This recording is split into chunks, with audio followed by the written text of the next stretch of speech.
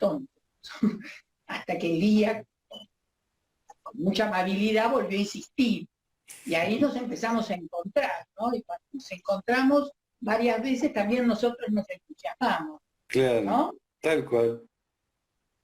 Ese fue el comienzo, por eso estamos aquí. Y ahora va a haber que contar que en ese entusiasmo que decidimos contar nosotros, ¿no?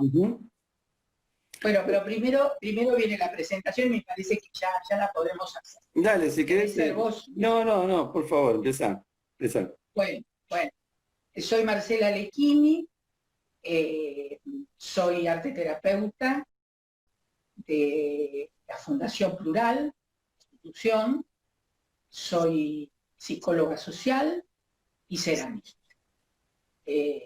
En esta institución lo que estamos tratando es de mostrar cómo trabajamos y sobre todo de abrir las puertas. Esta institución se especializa en consumos problemáticos, adicciones, y nosotros queremos abrir las puertas a otras personas, a personas que están angustiadas, a personas que tienen problemas cotidianos, digamos, que no solo se centre en esto. Por eso estamos mostrando cómo trabajar. Le doy la palabra a la chica. Bien, yo voy a ser un poquito más extenso. Okay. Dale. Vale, bueno, mi nombre es Adriano Pereda, tengo 2 hijos, que si están por ahí los saludo, sobre todo a Lautaro, que está en España. Bueno, soy psicólogo social también, y hice la práctica en Tobar García, que fue mi primera experiencia con adolescentes y niños, en el trabajo y aprendiendo de ellos.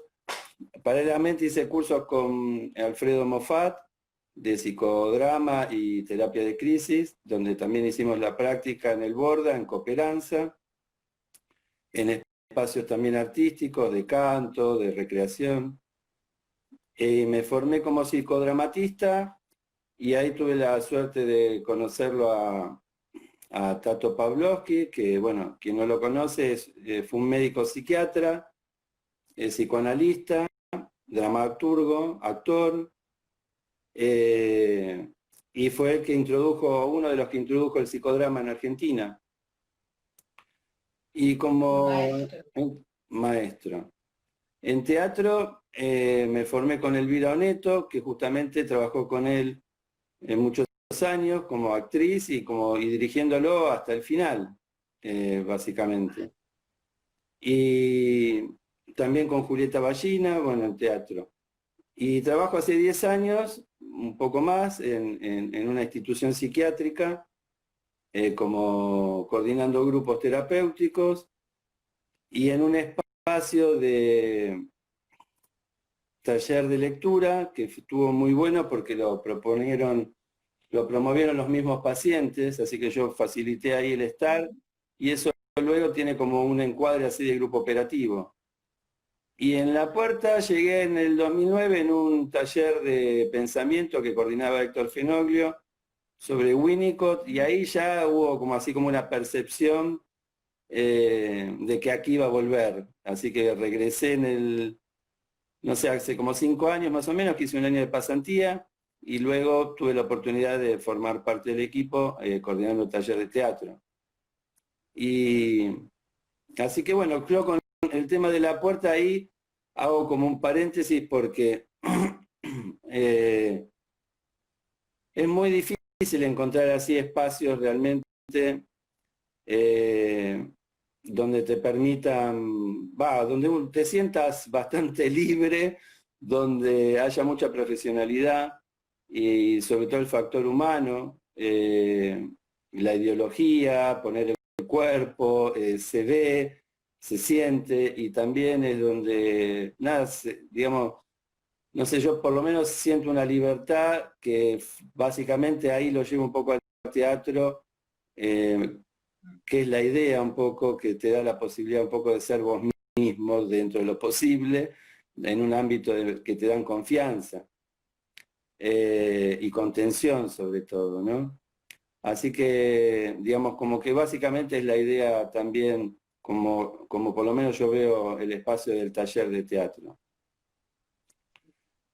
Bueno, de alguna manera, perdóname, por eso se encontraron la puerta y plural, por una cuestión ideológica, Totalmente. por una cuestión de cómo se encara al paciente, al sujeto que va a ser atendido, ¿no?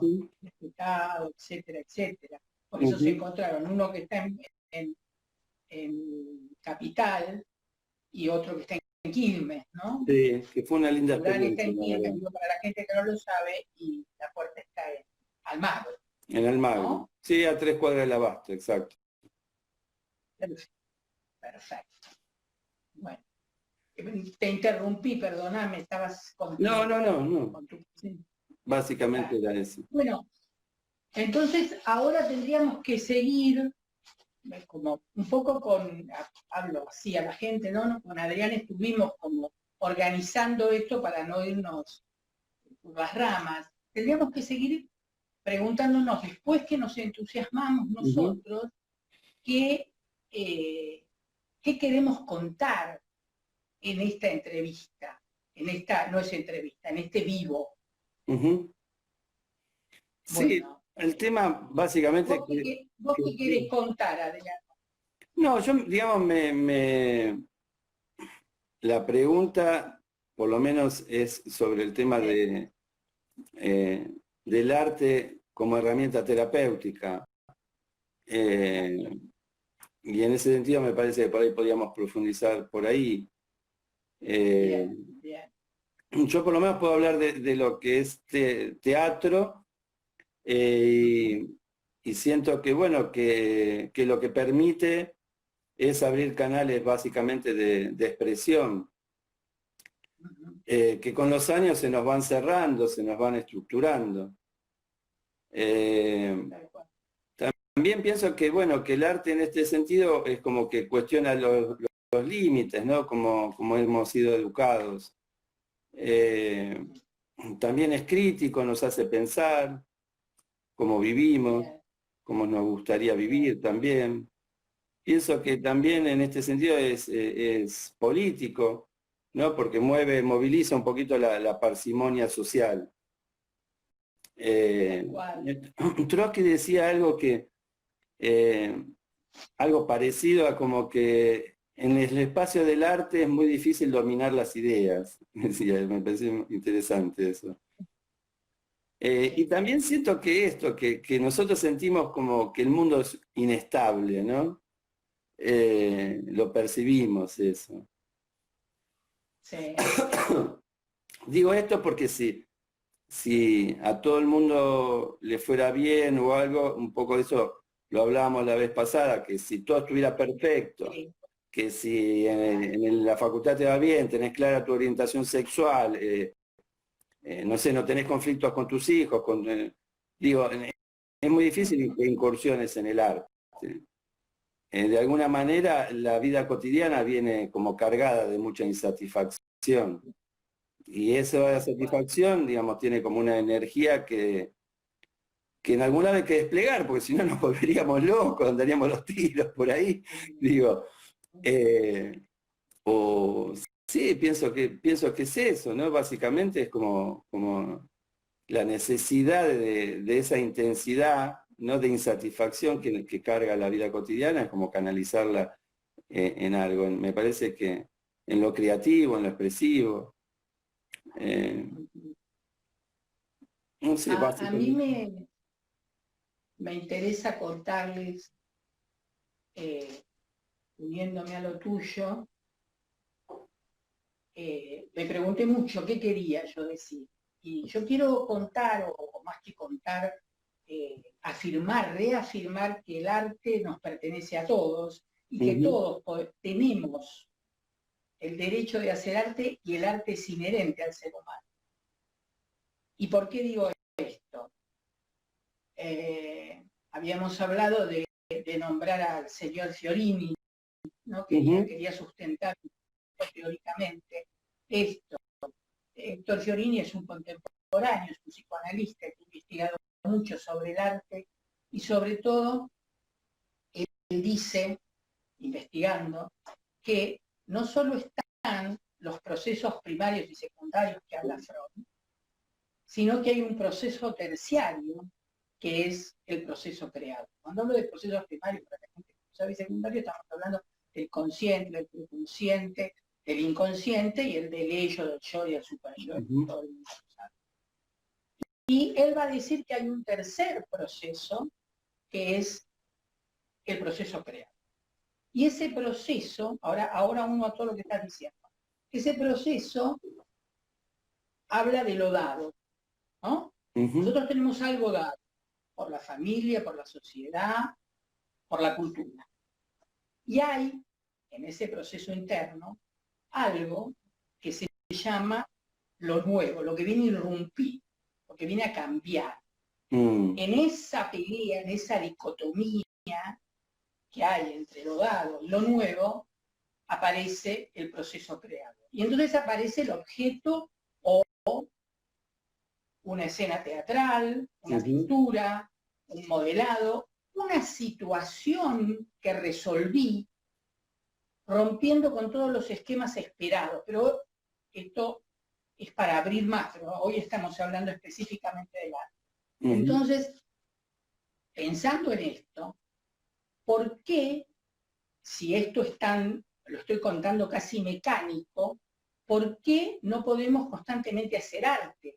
¿Por qué esto que vos estás planteando no sería algo común, normal? Bueno, yo creo que eso es, no creo, lo hemos charlado muchas veces, que es por lo establecido, por una sociedad que te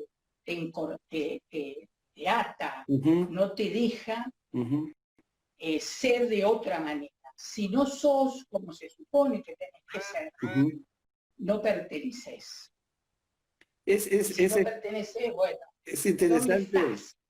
Es interesante porque el arte como que está en todos lados, ¿no? Está por ahí en la ropa que vestimos, está en la arquitectura, en la publicidad.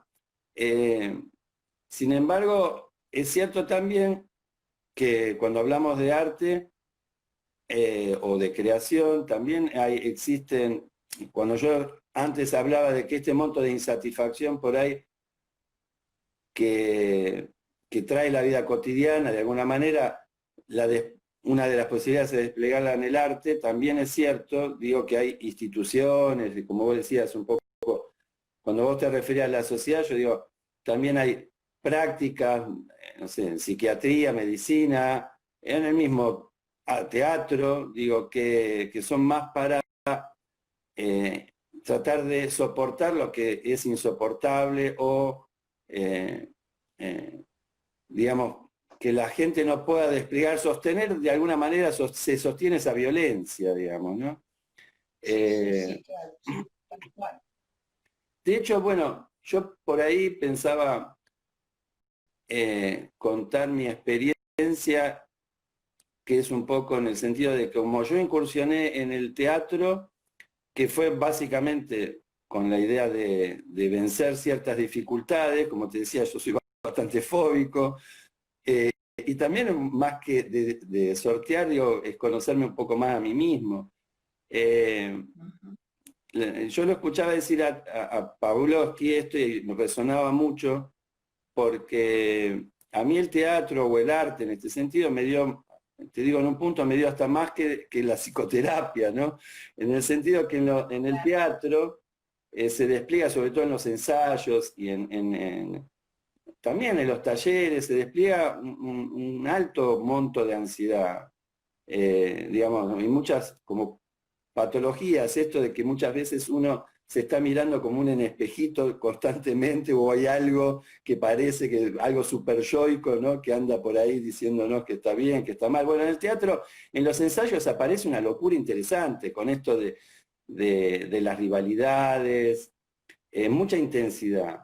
Los celos, el Edipo con la directora, el duelo, el pánico escénico, bueno, vos contabas esto, digamos, y también el duelo porque por ahí uno comparte, no sé, meses ensayando con alguien, compartiendo la vida, las cosas que le pasa a uno, las cosas que le pasa al otro, digo, de lo cotidiano y capaz que después no lo ves más, ¿viste?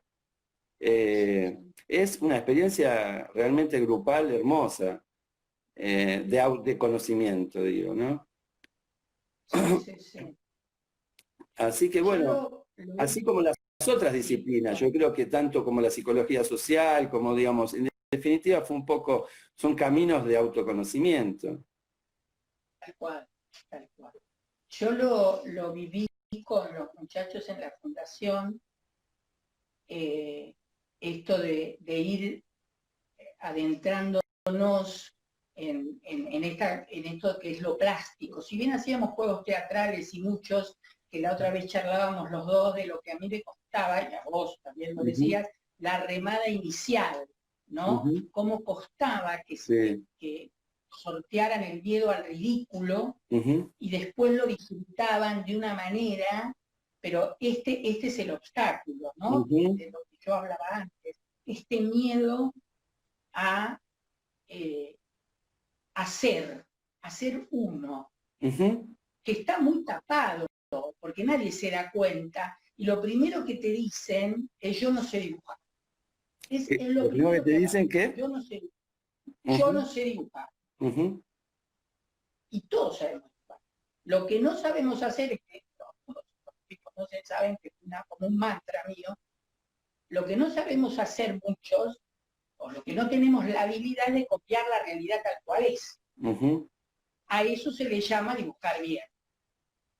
Con eso es un parámetro que después te coarta de tal manera que no podés seguir, porque ya no dibujás bien, bueno, vos no podés. Y ya con eso se supone que no podés hacer arte, que no sabés hacer arte. Para que la gente pueda entender que todos, con esto que dije antes, no solo hacemos arte, sino que debemos hacerlo porque nos hace bien. Tal cual. Es saludable. Claro, entonces también, esto es otra cosa que decíamos, entonces los artistas son todos sanos, no tienen ningún problema. No, no es lo mismo ser un artista que esto que estamos planteando nosotros. Nosotros estamos planteando el arte, sea en la parte plástica o en la parte teatral, escritura, bueno, todas las gamas y los abanicos que abre el arte, de una manera más genuina, más profunda, más, a ver, ¿cómo decir? Auténtica, si se quiere, ¿no? Más auténtica, exacto. Esto, por ejemplo, voy a dar un ejemplo, el otro día me mandaron un videíto de mi nieto menor que estaba haciendo, tiene 1 año y medio, un garabato. Maravilloso. Nadie se le ocurriría decir que dibuja mal, ¿no es cierto? Nadie diría, mira el dibujo que está haciendo. Mi nieta de 3 años, de 4 años, también tiene una libertad en pintura, en dibujo, y nadie se le ocurriría decir dibuja mal. Los de 9 años ya están más encorsetados, ya empiezan a sentir más el miedo al ritmo. Porque, vuelvo a repetir, esta sociedad te pone en un lugar de lo que está bien, de lo que se usa, de lo que debe ser, de lo que no debe ser. Entonces, en la medida en que podamos entender que esto que nos ponemos a hacer, tiene que haber primero una confianza importante. Estoy hablando del encuadre terapéutico. Sí. Cuando esa confianza se da, empiezan a sentir que sí, no están pensando si está bien o está mal, si está feo o está lindo, si este color va con esto o con aquel, en absoluto. Empiezan a estar en la obra, o si están actuando, están en la obra, y en esa obra las palabras que más escuchaba yo en la fundación y aquí en mi taller es, por un rato me olvidé de todo. Por un rato no me acordé del problema, de esto, de aquello, de lo otro. Y eso me parece que es de lo que se trata, ¿no? Tal cual, tal cual. Como que habrás tenido experiencias. Sí, pero inclusive, digo, he escuchado así, y es hasta lógico pensarlo, hasta en artistas, digo, por ahí muy reconocidos, ¿viste? donde por ahí se juega Sí. alrededor millones de dólares y una mega producción, etcétera, etcétera. Digo, ese mismo artista, llamalo quien sea, Al Pacino, quien sea, sale al escenario Sí. y es consciente de todo eso, o está pensando, no, si yo esto, no sé, no, digamos, se paraliza. Es como que es interesante este abandono de sentirse un don nadie, digamos, en el sentido de abandonarse de la mirada del otro. Que en definitiva, bueno, es eso, la mirada del otro es un poco la mirada de uno también, ¿no? Tal cual. Es la mirada propia, Es la ¿no? mirada ¿No? Porque propia. la del otro es la excusa, porque Exacto. cuando vos estás realmente en eso te olvidás de todo y es el permiso que te das. Eh, uno, de, uno de los muchachos de la fundación, que, que fue dado de alta, porque algunos quedan en el camino, eh, recuerdo una anécdota que realmente tendría que haberlo grabado. Había entrado uno de los nuevos y yo los hacía subir a una escalera que había en la fundación para mostrar cuando terminaban la tarea sus dibujos de lo que hubiesen hecho. Y ese día, el nuevo, no sé, mostró su dibujo y no me acuerdo lo que dijo, pero este otro, que ya hacía mucho que estaba, le dijo, vos crees que no vas a poder. Y acá, en este taller, entendés que se puede. Bueno, me parece que esto sintetiza lo que estoy diciendo, Claro. Ujú. ¿no? Totalmente. Ese poder de liberarte de Ujú. todas las ataduras y de no estar pendiente de esa mirada, como vos decís, Ujú. ¿no? A mí digamos, pensaba por ahí en cuanto a que este tipo de limitaciones o obstáculos que aparecen, eh, llamémoslo, digo, en situaciones o en lugares de padecimiento mental, por ahí, no sé, yo lo veo por ahí muchas veces en las clínicas de internación y demás, que cuesta formar un vínculo, no sé, yo en esos espacios uso mucho, me sale el humor, ¿viste? Como manera de vincularme. Pero me sale naturalmente, capaz porque no me banco yo la angustia, ¿viste? No sé por dónde viene, pero Vos, o es la vos, manera así que vos, lográs para vincularte. Pero a mí me tuve una experiencia interesantísima con un paciente que te digo que costaba mucho comunicarse con él por un delirio así muy místico, constante, donde no era muy difícil entablar una comunicación. Y yo, por ejemplo, tenía que ensayar una obra y para mí él fue el partener, porque eran de a dos. Sí, y bueno, fue una experiencia maravillosa porque fue donde mayor comunicación tuve con él, en la cual él se sabía la letra mía, la de él. Yo esperaba que yo llegue para, ya me empezaba, ya entraba actuando desde el otro, desde el patio, si me veía venir, ¿viste? Era como, hasta como un proyecto para, ¿no? Interesante, digo. Y a mí me sí, sí, sirvió sí, muchísimo, ¿viste? Pero fue donde mayor vínculo tuve y como una comunicación real, digo, por medio de esto, por medio del arte, digamos, si se quiere, ¿no? sí, sí, sí. A mí me pareció Es, maravilloso eso. es Digo, maravilloso, es alguien es que está hace maravilloso. 14 años internado, que tiene, viste, muchas dificultades para vincularse. Digo, fue algo, Sí. una experiencia maravillosa. Hasta él quería ir a ver la obra, pero bueno, me dijo que no se animaba por tener miedo a descompensarse dentro. Mirá vos, Sí, fue muy, mirá, muy linda experiencia. hermoso. Yo Mm. estaba pensando en esto de los permisos, ¿no?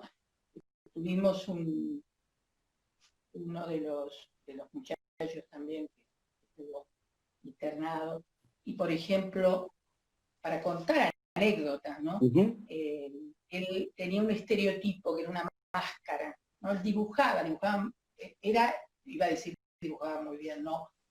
Era el de los, era el de que el que copiaba la realidad tal cual es Ujú. y tenía esa habilidad y lo hacía y lo disfrutaba, pero siempre en su obra, sea la consigna que sea con el material que sea, él hacía. La maravilla fue cuando pudo sin forzarlo, sin apresurarlo. Un día vimos que ya no hacía la máscara y dibujaba otras cosas. Como que se fue liberando de eso dado, dice Fiorini, y pudo lentamente aparecer esto nuevo, pero que tuvo que llevar un proceso, ¿no? Una elaboración, un proceso. Sí, que como hablamos también, el objetivo tampoco es aprender técnicas ni eso, y sin embargo se van adquiriendo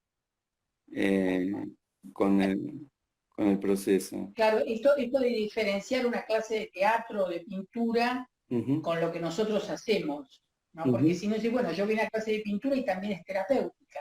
Es innegable que te hace bien, ¿no? En el teatro es como que hay una metodología por ahí por estas dificultades, un poquito de lo que hablábamos, de poder estar en el presente, ¿no?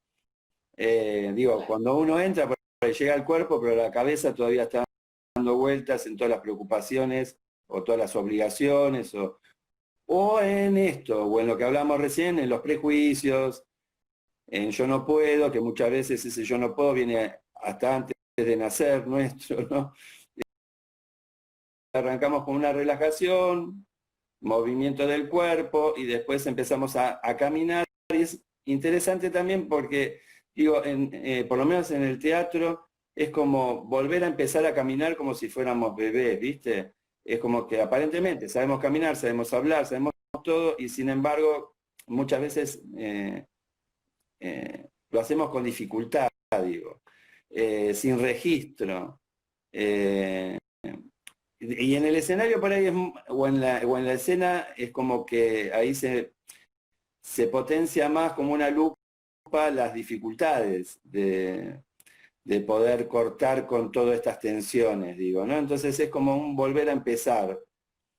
Y creo que el juego, en este sentido, también ayuda mucho a poder despojarse de todas estas presiones y demás. El juego tiene mucha conexión, ¿no? Con el arte, en el sentido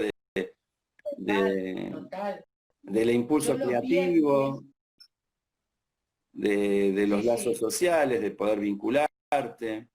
Freud en ese sentido también decía algo parecido, ¿no? Que con los niños, que decía que cuando el juego se pone serio, lo que se opone no es la seriedad, sino se opone la realidad. Tal cual. Nosotros en los viernes, en general, en la fundación, como muchos que ya estaban avanzados en su proceso de rehabilitación, por decirlo de alguna manera, se iban, quedaban algunos pocos. Entonces yo trataba los viernes de hacer juegos.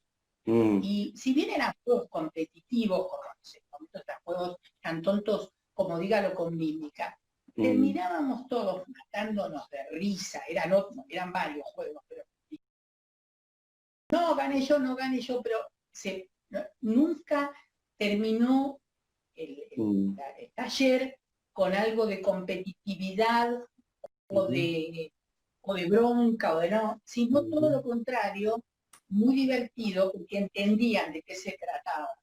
En definitiva era ese juego que los sacaba de saber que tenían que quedarse y no poder salir el fin de semana a su familia, más. Si bien su familia venía a la fundación a verlo, pero no salir, ¿no? Así que sí, el juego es... El juego ese es potenciador. Una herramienta maravillosa. Sí, maravillosa. Es parte del arte, no cabe la conducta. Tal cual. Se da mucho también en un poco todo esto de lo que hablamos, aparece mucho en las improvisaciones, ¿viste? En las improvisaciones es como en el teatro, por lo menos terapéutico, hay como así 3 roles diferenciados, que es el de guión, el autor y el director, digamos. Cuando uno improvisa hace un guión sobre la marcha, no escribe un guión sobre la marcha. Pero muchas veces hay un ejercicio que es muy interesante, que es simplemente, digamos, enfrentados, encontrarse, quien salga al medio de los dos lados, simplemente encontrarse sin nada preparado, ¿viste? Y eso cuesta mucho porque por lo general cuando salís automáticamente hay una necesidad de no bancarse eso o tener que salir algo armado para que no quede mal o no quede bien, para lo que sea. Y bueno, es interesante pararlo para poder simplemente llegar a lograr que dos personas se encuentren, se miren, se sientan y a partir de ahí tomarse el tiempo para ver en esa conexión qué pasa y que salga algo desde ahí, ¿viste? Creo que ahí está un poquito lo que venimos hablando de que ahí es un poco cuando surge la creación, cuando uno empieza a sentirse más libre, ¿viste? Más, sin esa presión de tener que hacer algo, sino que eso saca un poco esa mochila pesada. Es Pero interesante. eso no puede ocurrir si no uno no genera esa confianza, ¿no? Uh-huh. Ese lugar de saber que la primer mirada, que es la tuya, la proyecta en el terapeuta y en el grupo, porque si no, no se puede lograr eso.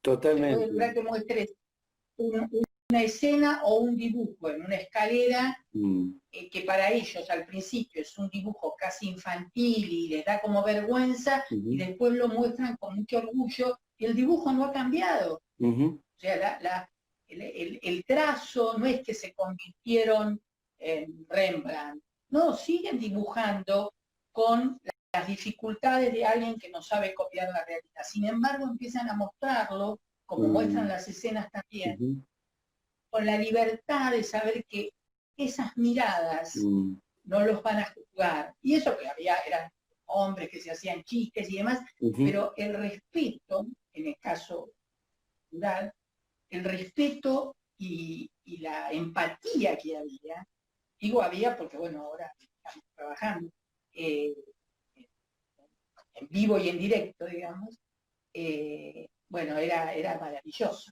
Pero eso que estás hablando, es esa confianza y esa mirada que uno como terapeuta tiene que creer, porque si no es un conocido.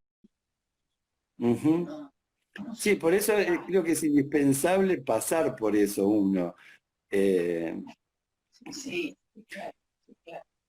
Para poder facilitar eso, digamos, poner mucho la atención en que se genere que haya agua, que haya confianza, que haya una cuestión grupal, poner el ojo en lo grupal.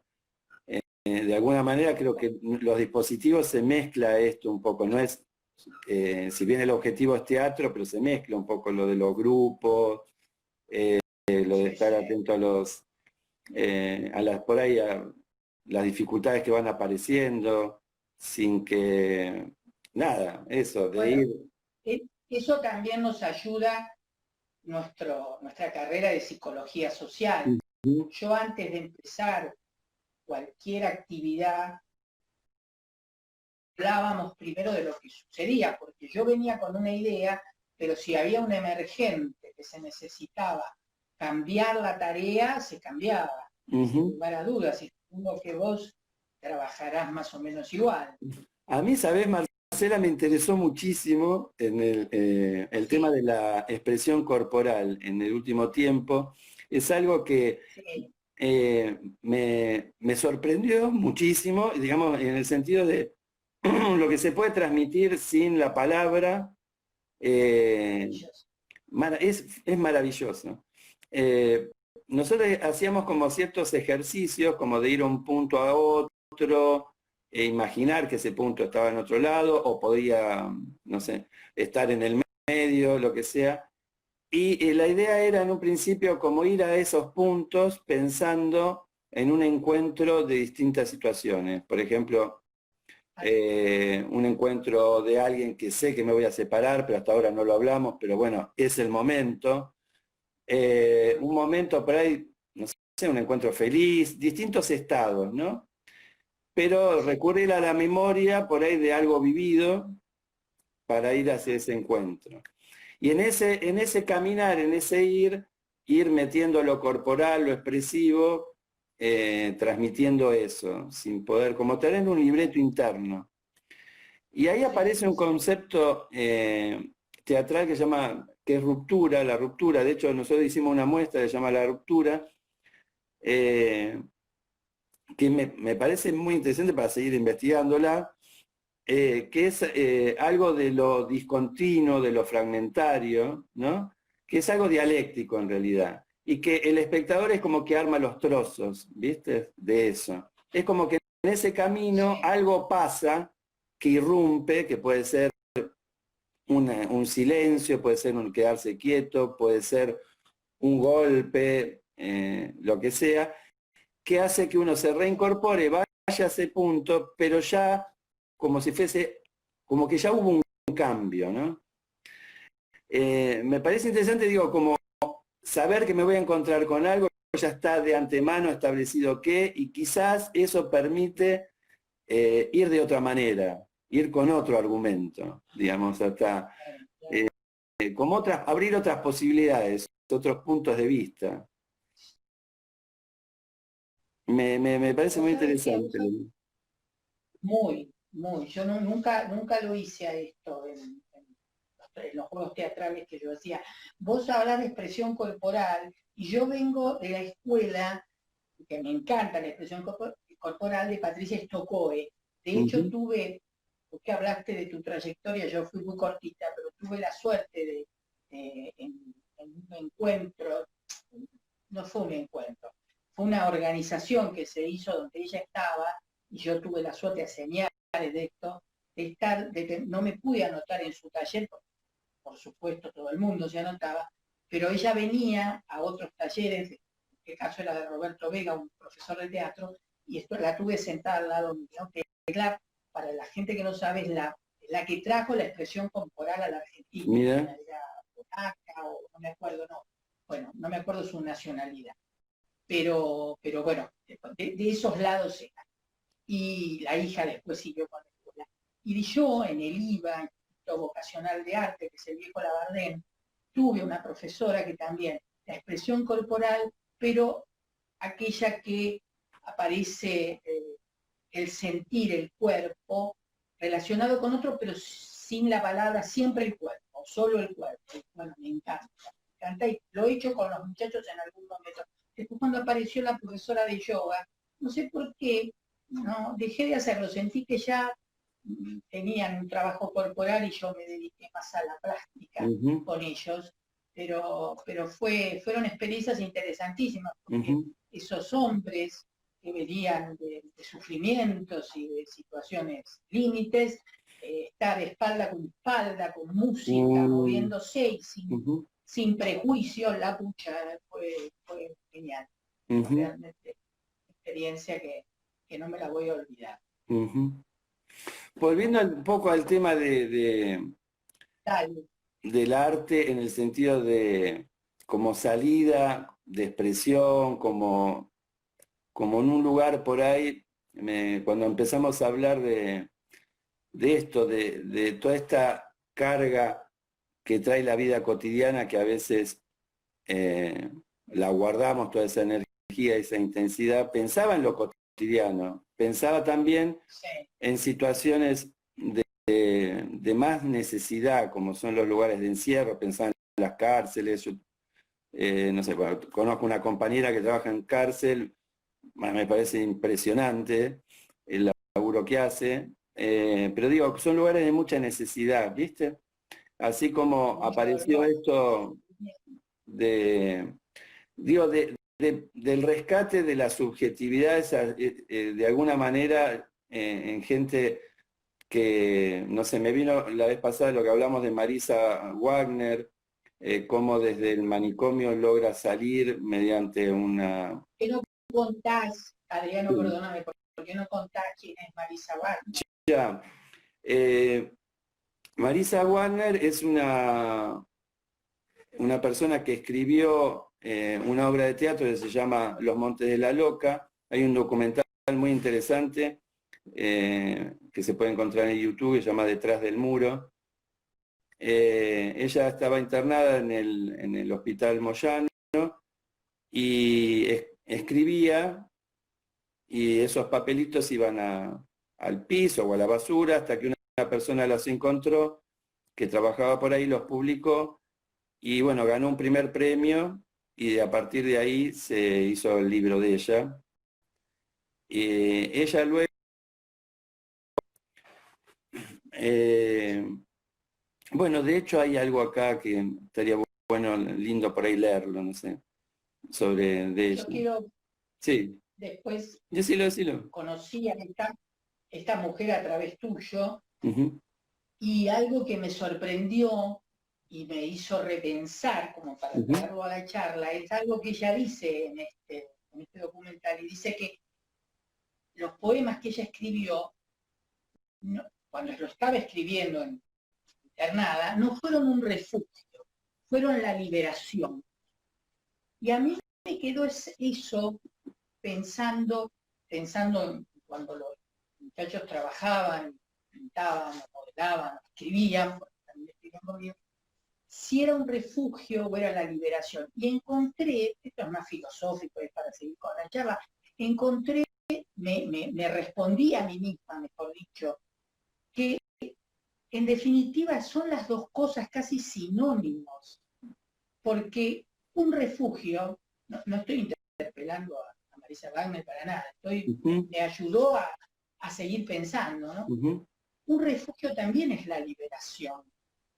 El refugio del arte, de estar creando sin parámetros, sin prejuicios, sin ataduras, es un refugio, sin lugar a dudas, pero también es una liberación, ¿no? Me hizo pensar esta mujer maravillosa en eso, pero me parece bárbaro si querés leer algún poema de ella para que la gente sepa por ahí antes de leer antes de leer eso, lo del proceso creador, quería leer algo del libro del arte y la locura de Pichón que habíamos pensado. Pregunta y vos leer la respuesta. Venga. Dale. Así luego podemos leer algo de ella. Perfecto. Mirá, ya tengo acá todo marcadito.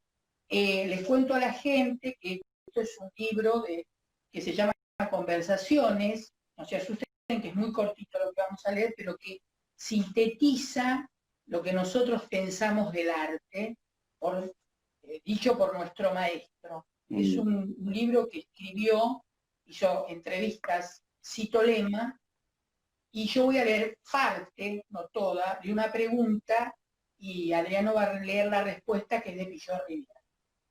Cito Lema le pregunta a Pichón Rivière: pero, aún así, permítame que le señale, ¿no es paradójico y francamente maravilloso que esos artistas del hospicio, soportando condiciones de vida dolorosas, humillados, privados de su libertad y de todo respeto de su identidad, persistan en la creación artística?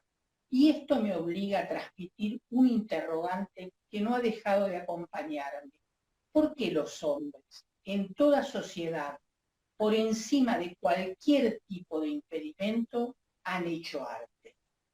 Pichón Rivière contesta: es una de las formas de preservación que tiene la raza humana, y más específicamente para curarse de la locura.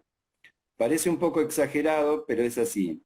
Aunque no solo para curarse, también para evitarla, para prevenir ese terror a lo desconocido que en forma de muerte o de locura acecha permanentemente al hombre. Eso decía nuestro maestro, y eso nosotros adherimos y pensamos, ¿no? Tal cual. Y ahora entonces quería leerte algo de ella. Son dos cortitos. Uno se llama Consejos para visitantes. Dice: si usted hace caso omiso de nuestra sonrisa desdentada, de las contracturas, de las babas, encontrará, le juro, un ser humano. Si mira más profundo todavía, verá una historia interrumpida, que hasta por ahí es parecida. Si no puede avanzar, si acaso le dan náuseas o mareos, no se vaya. Antes, por lo menos, deje los cigarrillos. Que volvamos a aclarar que ella está internada y habla del hospicio, ¿no? Donde Tal está cual. así. Ujú, Es desgarradoramente maravilloso. tal cual. Bueno, ¿y el otro? El otro es duro. Dice, se llama Porque Yo. no, no es. No, este es mayormente duro. Se llama Yo. Dice, esta mujer rota, que a veces se despedaza aún más en la locura, la que emprende sigilosos vuelos nocturnos sobre los nidos secretos de los monstruos, la que suele mantener conversaciones largas con el mismísimo demonio, mirándolo a los ojos, yo, este ángel mutilado, erróneo, que arrastra su ala rota en los pantanos, que camina lentamente sobre las brasas encendidas sin notarlo, espiando quién sabe qué pecado, que no se persigna jamás ni se arrodilla ante ningún dios de cotillón, ante ninguna deidad de fantasía, quizás porque vi morir mis mejores hombres en la guerra, inocentes, desnudos, crédulos, descalzos, casi desarmados, y jamás pude enterrarlos. Quiero decir, honrar la tierra con sus cuerpos niños.